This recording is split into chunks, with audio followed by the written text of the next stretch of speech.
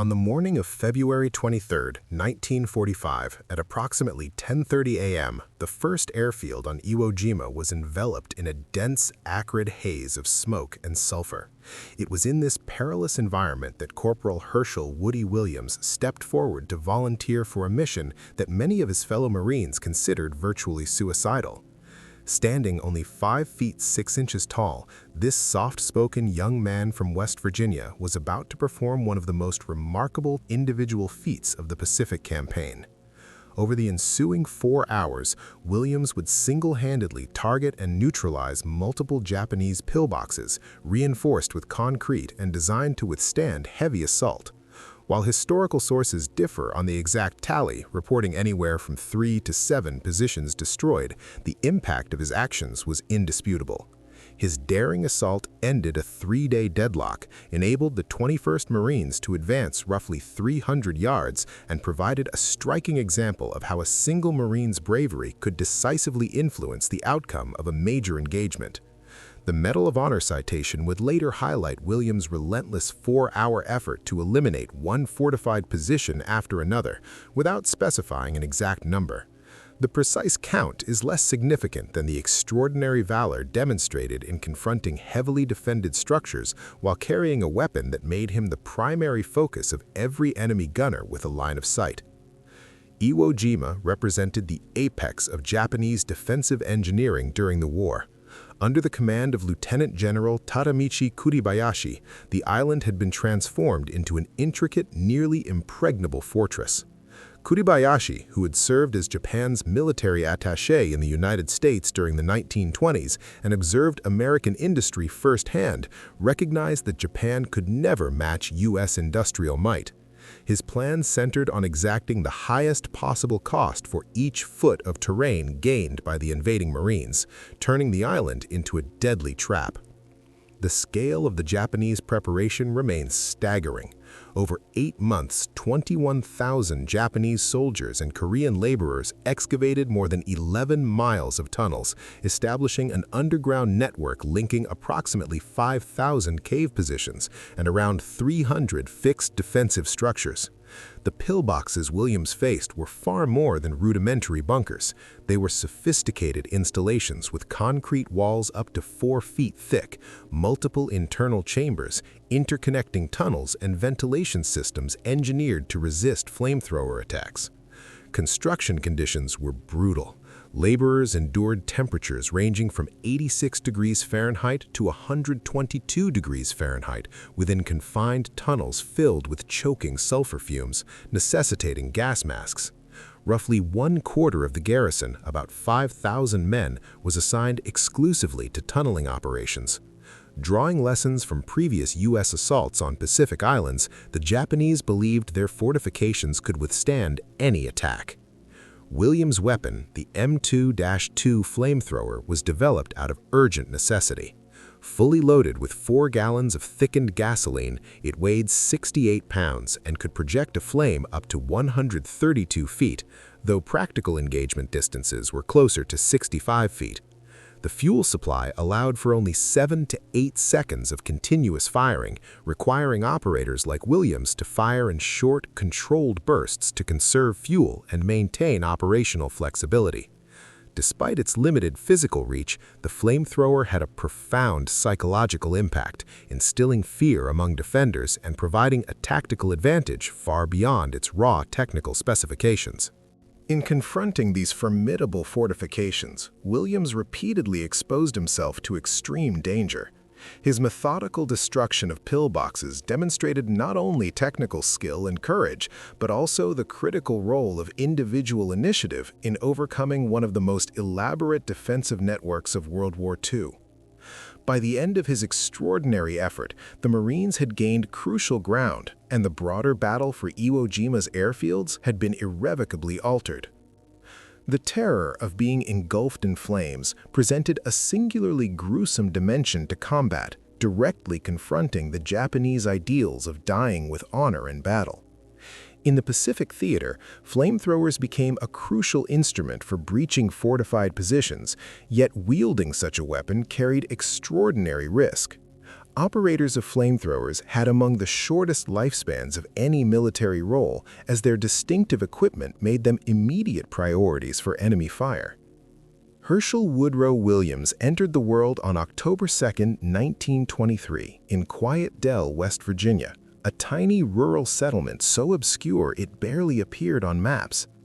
As the youngest of 11 siblings, he grew up on a 35-acre dairy farm during the harsh economic realities of the Great Depression.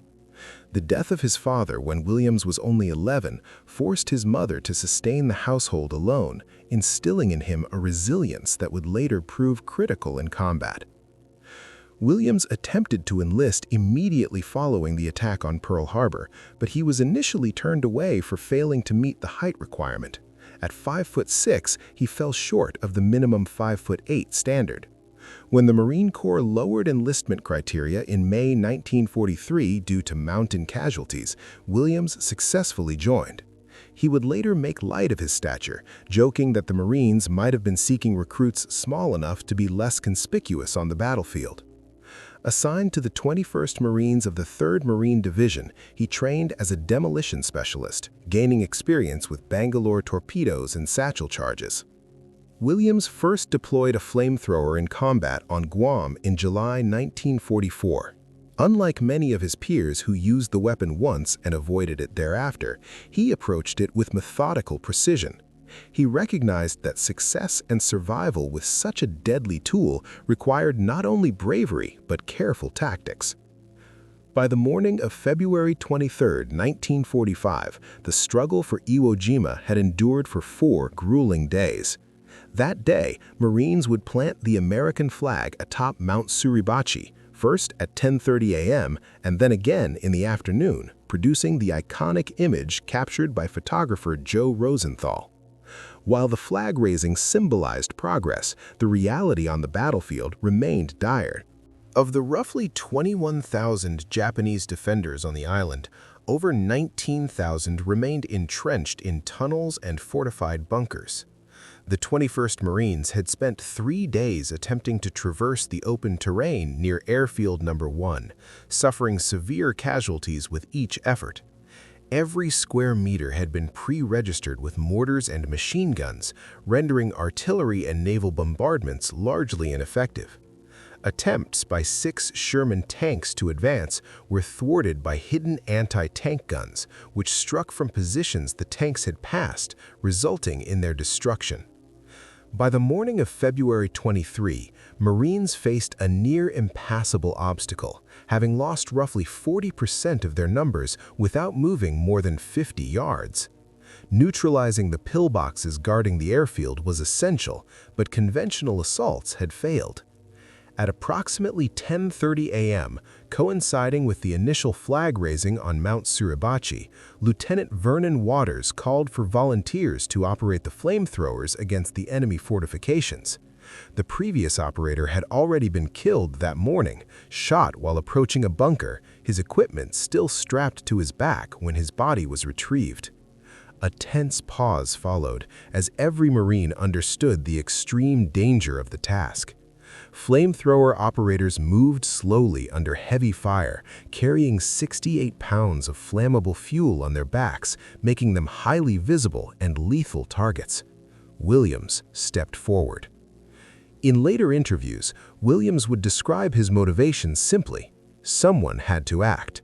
He recognized that remaining in place would only result in more needless deaths. By taking the initiative, even at great personal risk, there was at least a chance to achieve meaningful progress on the battlefield. At 11:15 a.m., Williams began his initial advance toward the Japanese defensive positions. 4 Marines armed with rifles provided him with close protection, fully aware that their mission was to ensure his safety at any cost. Additional support came from 2 Sherman tanks, which delivered suppressive fire against enemy fortifications. However, Williams's approach deviated sharply from conventional flamethrower procedures. Rather than the typical tactic of sprinting under covering fire, releasing a sustained stream of fuel and then retreating, he progressed deliberately and cautiously. Using shell craters and slight rises in the terrain as cover, he crawled forward. When Japanese machine gunners opened fire, Williams did not respond by retreating or charging recklessly. He would sometimes wait 10 to 15 minutes until the enemy assumed he had been forced back. Covering roughly 60 yards over a span of 45 minutes, Williams approached the first pillbox, repeatedly appearing to be stopped in his tracks from the perspective of Marines observing from a distance, only to resume movement each time. When he reached an effective range of about 35 yards from the bunker, he executed a maneuver that would later define his method. Instead of unleashing a long, continuous flame that would quickly deplete his fuel supply, he used brief bursts lasting approximately 1 second directed at the pillbox's primary openings. These short jets did not penetrate deeply, but effectively obscured the defender's vision. As the Japanese repositioned to counter the attack, Williams had already moved, circling to strike from a different angle. By 12:03 p.m., the first pillbox was neutralized, yet Williams continued without pause. Rather than withdrawing to refuel, as standard doctrine suggested, he immediately pressed toward the next target, exploiting the smoke and disorientation from the initial assault as cover. Williams's actions were remarkable not only for his personal bravery, but also for his tactical ingenuity. He identified vulnerabilities in the Japanese defensive network that the enemy had not anticipated. The extensive tunnels and interconnected bunkers designed to strengthen their positions became liabilities when smoke filled the passageways. Ventilation systems intended to repel flamethrower attacks proved ineffective against the dense smoke that he could generate within the tunnels. He refined a method of using short, concentrated bursts both to conserve fuel and to maximize psychological pressure. By shifting his aim rapidly between multiple firing ports, he created the impression of several attackers operating simultaneously. The smoke would permeate the interconnected chambers, forcing defenders to make a choice: risk suffocation inside the tunnels or expose themselves to open fire from the Marines positioned outside. Another innovation in Williams' approach was his use of unexpected angles of attack.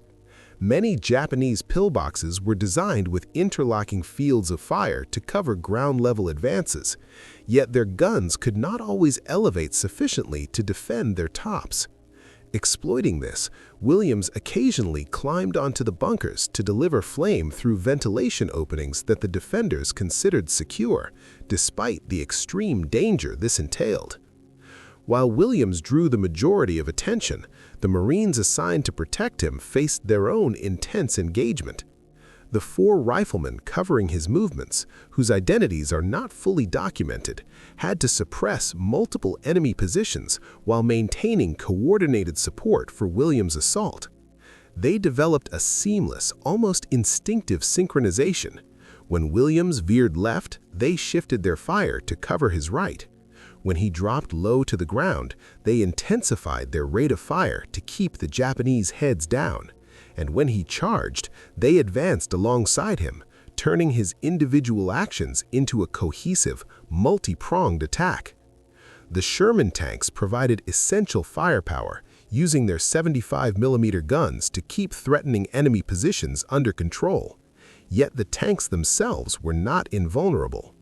Japanese anti-tank emplantments remained active, and tank crews were acutely aware that remaining in one spot for too long could be fatal. Williams's combination of careful movement, innovative use of flamethrower bursts, exploitation of enemy vulnerabilities, and close coordination with supporting Marines exemplified a level of tactical sophistication rarely seen in such direct assaults, and it fundamentally altered how flamethrower attacks could be employed against fortified positions. At 12:45 p.m., Williams returned to the American lines to refuel his equipment, his tanks completely drained.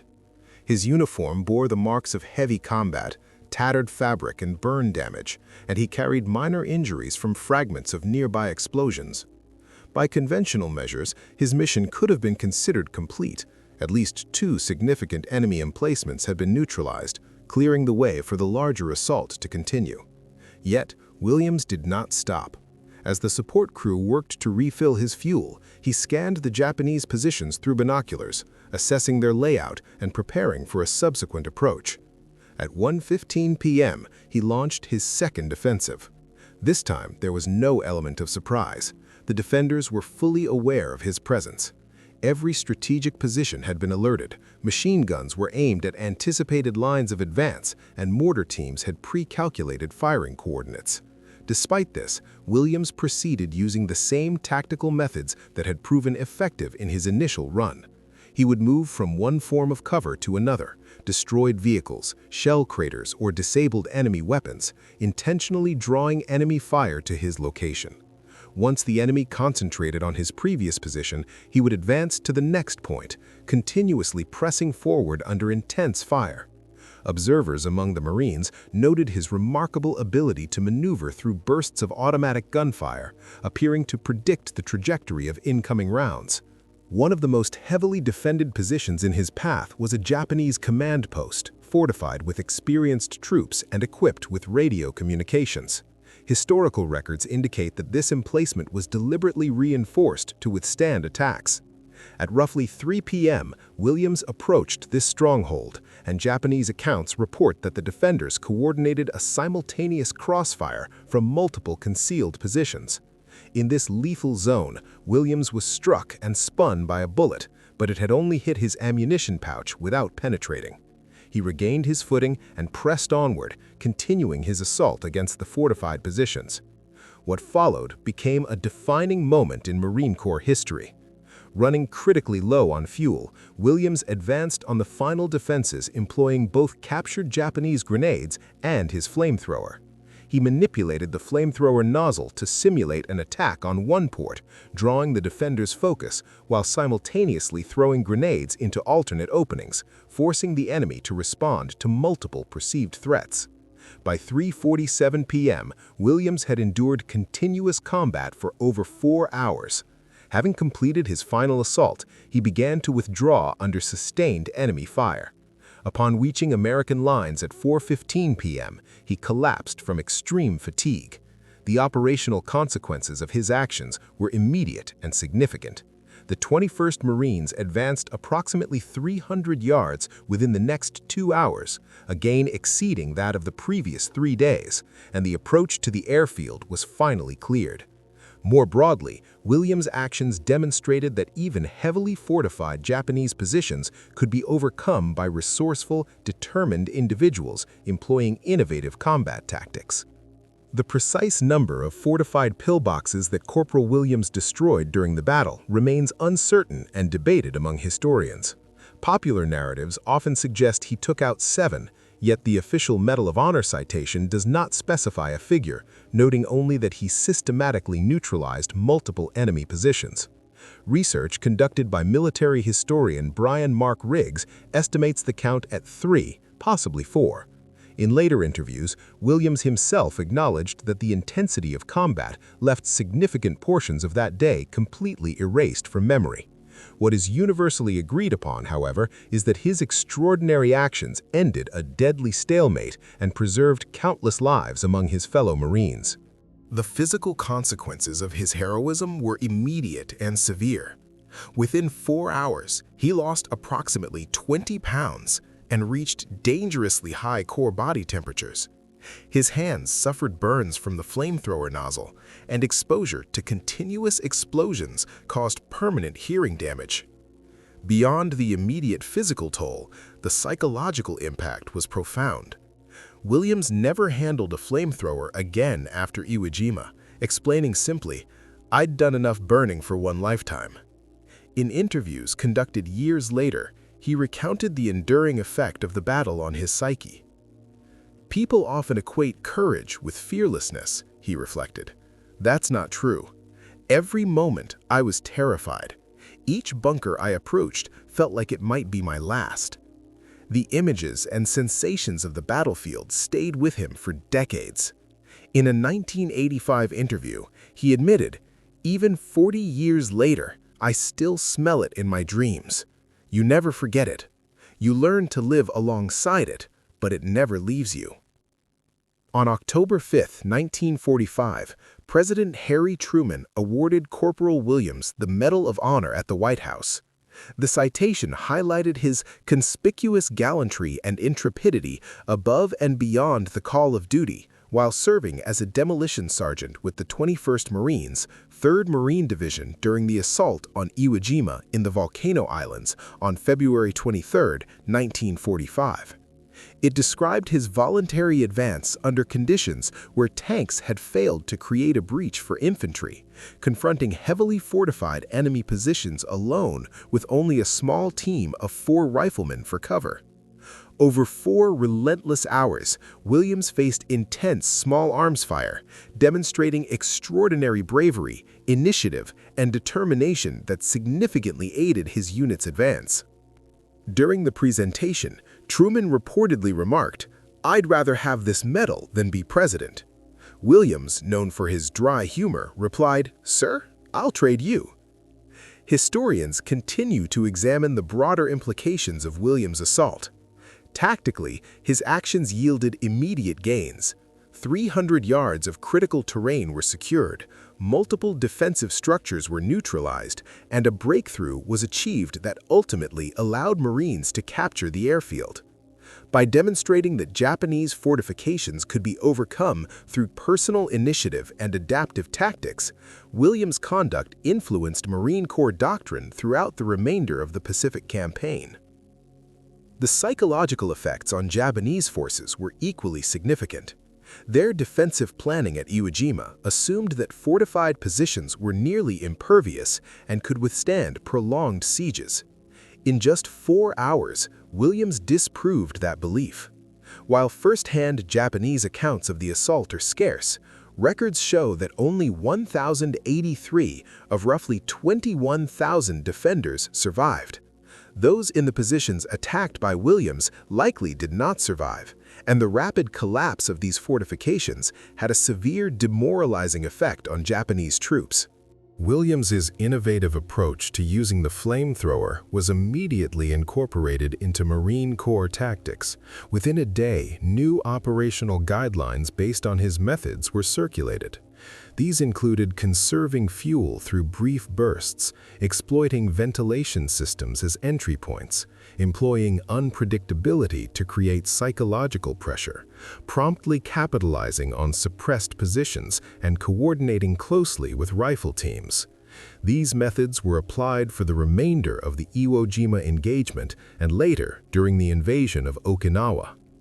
The Marine Corps later updated its tactical manuals to reflect the strategies pioneered by Woody Williams, particularly emphasizing the tactical deployment of smoke as a weapon on par with flamethrowers and the necessity of assaulting fortified positions from unpredictable directions. Understanding Williams's contributions requires looking at the wider significance of Iwo Jima. The island, a mere 8 square miles of volcanic terrain, exacted a staggering toll. 6,821 American servicemen were killed and 19,217 were wounded over a grueling 36-day campaign. Japanese forces, under General Kuribayashi's command, resisted almost to the very end, with only 1,083 captured, most of whom were incapacitated or severely injured. The strategic importance of Iwo Jima lay in its airfields. B-29 bombers launching from the Marianas en route to Japan needed emergency landing options, and fighter aircraft stationed on the island could provide essential escort support.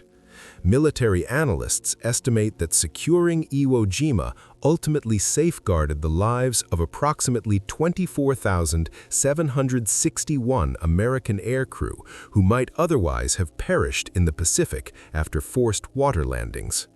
Williams's individual act on February 23rd was a relatively small episode within the larger operation, yet it occurred at a decisive juncture.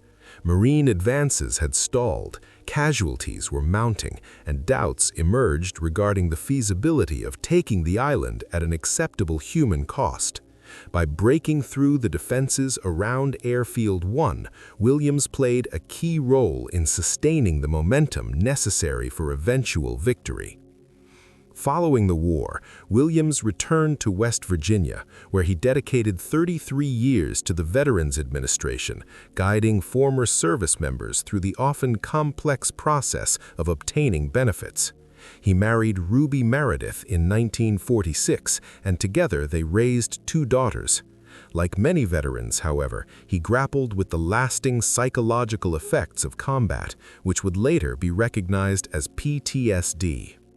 Williams channeled his experience into veteran advocacy, establishing one of the first peer support counseling programs for combat veterans in West Virginia. He recognized that the invisible wounds of warfare often outlasted physical injuries. In a 1975 congressional testimony, he remarked, "We train men to do unimaginable things in combat, then expect them to return home and forget. That simply does not happen." He also devoted himself to preserving the memory of fallen Marines.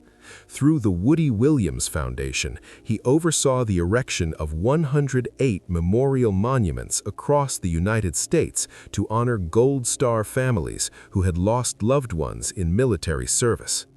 While there were rumors that Williams had met Japanese veterans as early as 1985, historical documentation confirms that his first verified encounter took place during the 70th anniversary reunion of Iwo Jima in March 2015.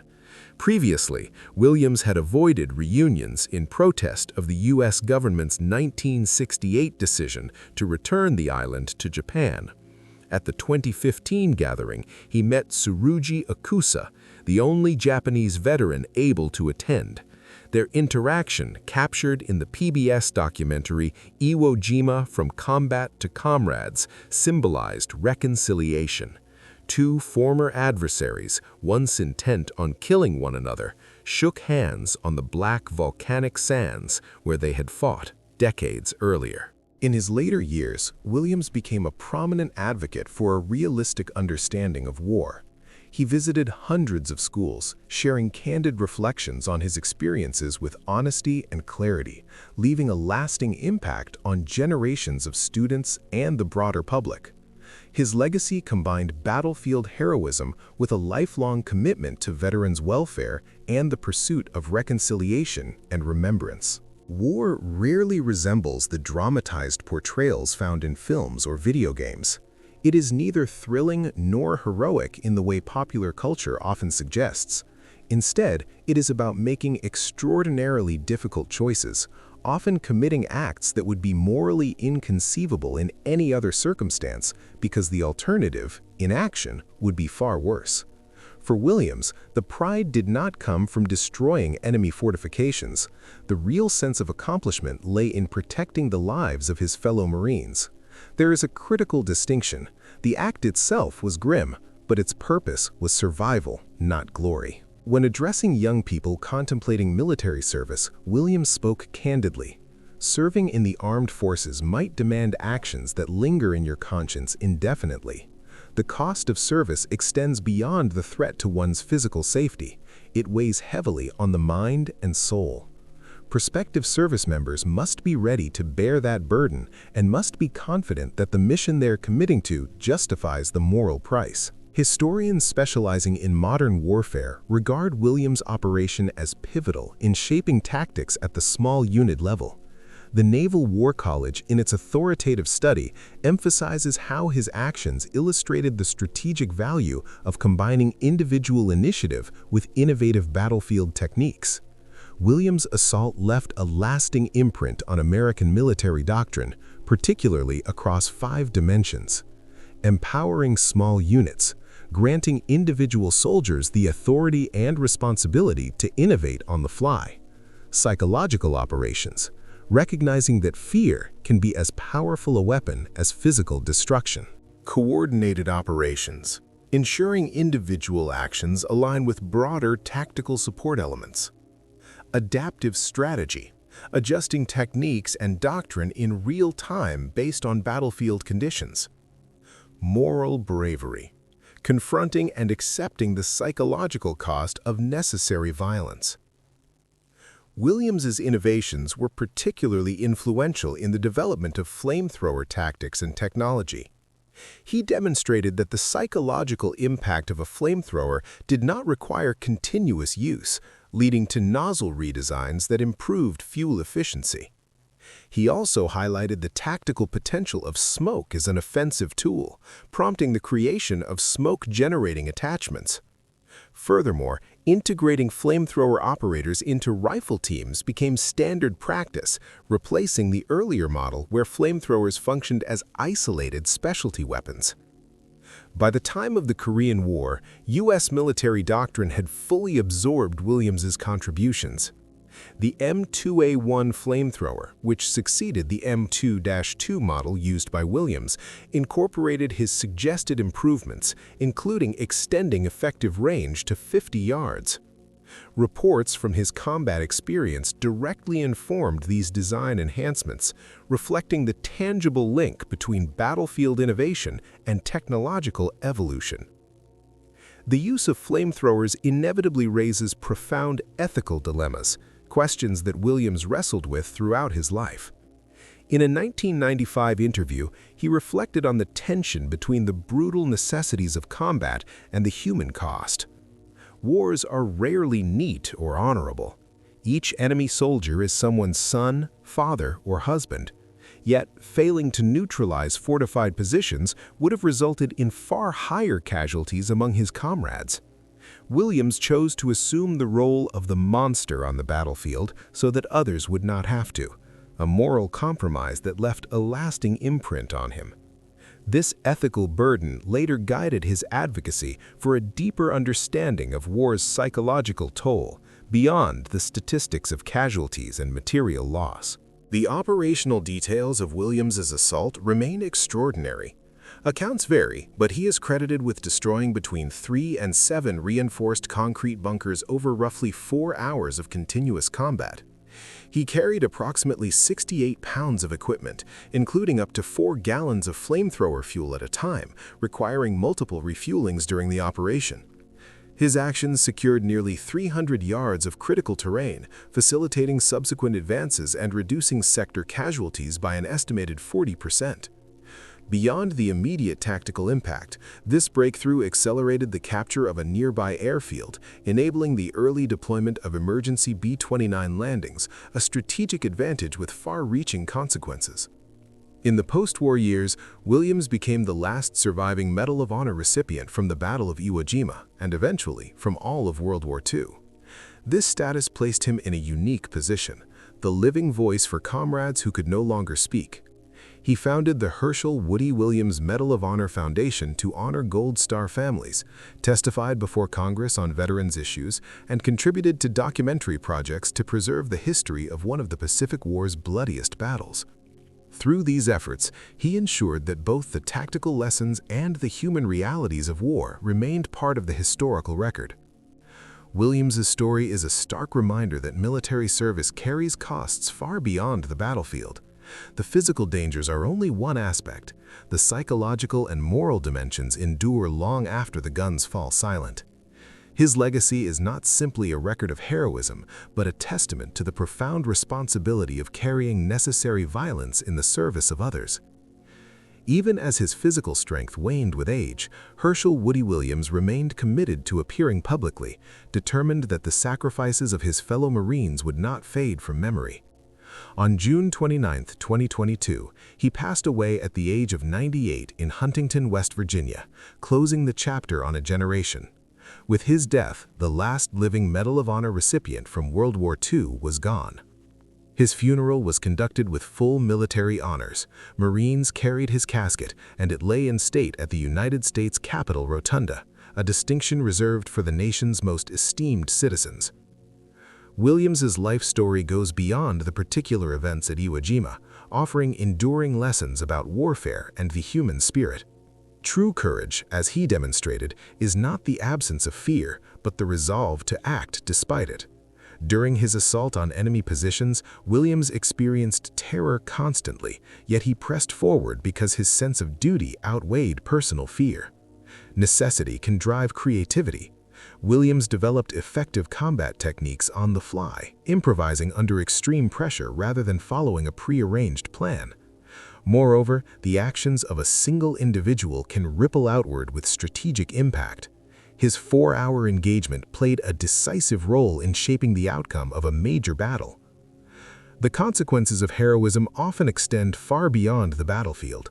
For decades, Williams carried the psychological weight of what he had endured and done in combat. 77 years after the war, its echoes remained with him. True resilience includes the capacity to seek closure. In later years, Williams met with Japanese veterans, demonstrating that reconciliation is possible even between former adversaries. Williams's experiences retain relevance from modern military operations. Today's urban combat emphasizes precision and the protection of civilians, a stark contrast to the brutal close-quarters fighting with flamethrowers that Williams faced. Yet, the principles he embodied, adaptive tactics, psychological insight, and personal initiative, remain central to success in conflict.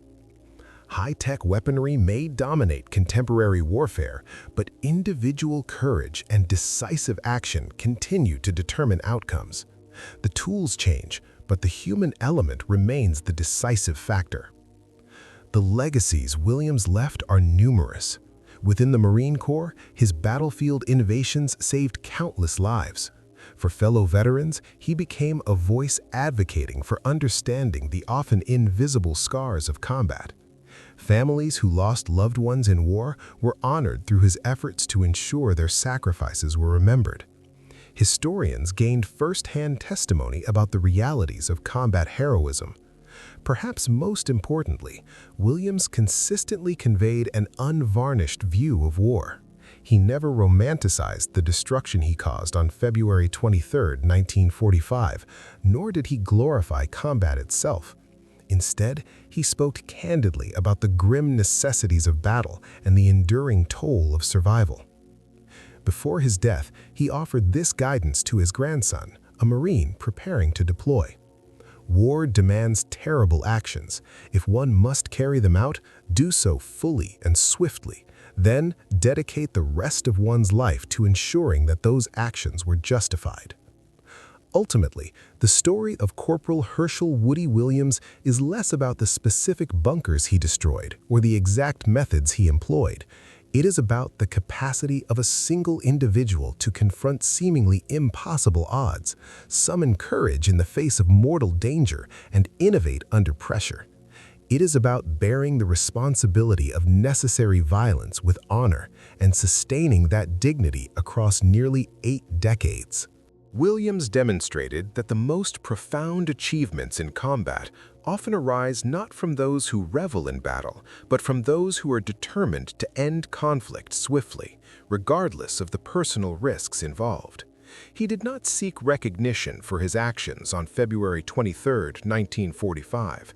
Instead, he executed what was required with a combination of expertise and bravery that motivated his fellow soldiers and dismantled enemy resistance efficiently. On that day, amid the treacherous terrain of Iwo Jima, a relatively small man from West Virginia left an enduring mark on military history. His significance did not stem from a love of violence, but from his readiness to shoulder its burden so that others might avoid it. The fortifications he overcame have long since been rebuilt, yet the strategic and ethical lessons from his attack about innovation under pressure, the exercise of courage, and the tangible costs of combat remain relevant for contemporary military and civilian leaders alike.